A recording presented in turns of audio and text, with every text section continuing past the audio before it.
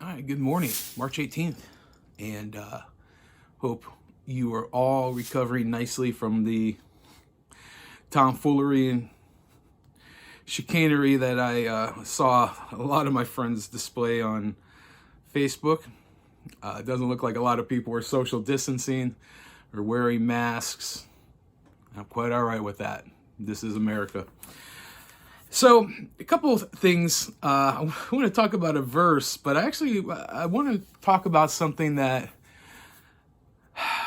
Any of you been following these know I've been, for some reason, watching Stanley Kubrick's movies. And I finished 2001 A Space Odyssey last night. And it's quite an interesting and disturbing film, especially if you realize this movie was made in 1968, I believe, and that like 54 years later, some of the things that, now obviously not traveling to Jupiter, but interfacing with AI and AI taking over things, and some of that, it really hit home. And I think there's a deeper meaning in that movie. And since it is 53 years old, I'm going to talk about some of it. But, at the beginning, this monolith comes down to these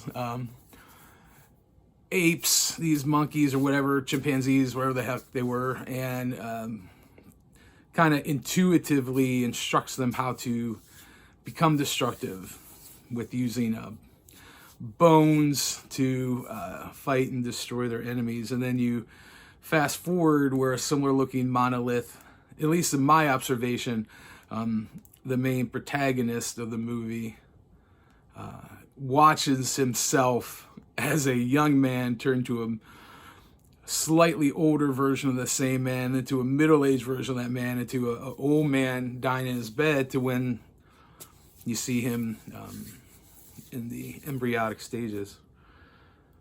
To me, that speaks of something that I've talked about in previous podcasts, and the Wall Street Journal's even talked about it in an article late last year called "Looking Forward to the End of Humanity," about transhumanism, which I know might sound like tinfoil conspiracy theory mumbo jumbo, but if you do any research, you'll see that there are people that believe in this theory, this transhumanist theory, and are pushing it. But nonetheless, to me, a lot of what was in that kind of falls in line with that. A lot of like in the Matrix, and there's this common theme I'm seeing running through a lot of these science fiction movies. But 1 Kings 3:9, interesting portion there. It is God, the Almighty, talking to Solomon, who was King David's son, who took his spot on the throne. And God's like, hey, dude, and this is the Bill version, but God's like, hey, dude, you found favor in my sight, and I want to hook you up. I want to bless you with something. So ask anything, and I'm going to give it to you. And Solomon asked for a discerning heart. He asked for wisdom. He asked for knowledge. And, the Almighty's response was, I think, very pleased, because he's like, you could ask for money and power and women and influence, all this stuff. But, he's like, you asked for wisdom. You asked to be able to discern. And I think I could be wrong, but maybe that, took him off guard. Maybe that took him by surprise. And there's a couple other portions in the scripture in the New Testament you can read. Jesus was actually kind of taken back and surprised by people, by their responses. The centurion or the woman with the issue of blood and things like that. I think occasionally we have the opportunity to kind of surprise them in a good way. I hope. Anyway, so, I'm thinking about some of the stuff, and I'm always reading news. I'm thinking about things I read in the news, things I'm seeing, things I'm hearing, and a lot of it doesn't necessarily jive, at least with me.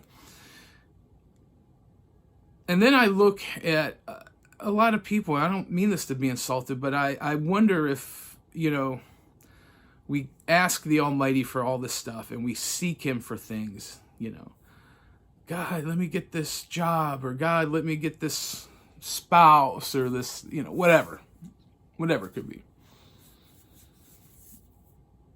But I'm wondering, because this is coming from me, you know, if I point a finger at you, I have multiple fingers pointed back at me. How often do we ask for discernment? How often do we ask for wisdom? And the whole reason I'm bringing all this stuff in is because I feel like where we're at this precipice in human history where spirituality and technology and the de-evolution of morality and society are all kind of coalescing at this place. And I really feel like one of the best things that we can do is to ask the Almighty for a discerning heart. Ask Him for wisdom. What does this mean? What are you speaking to me? You know, it kind of takes me back to, I believe it's 1 Samuel 3, I believe, where, you know, Samuel's like, speak, Lord, your servant's listening. I feel like need to start getting back to that point. Speak, Lord, your servant is listening. What are you saying? Where are you guiding me? Where are you directing me? So that's my flawed vlog for today.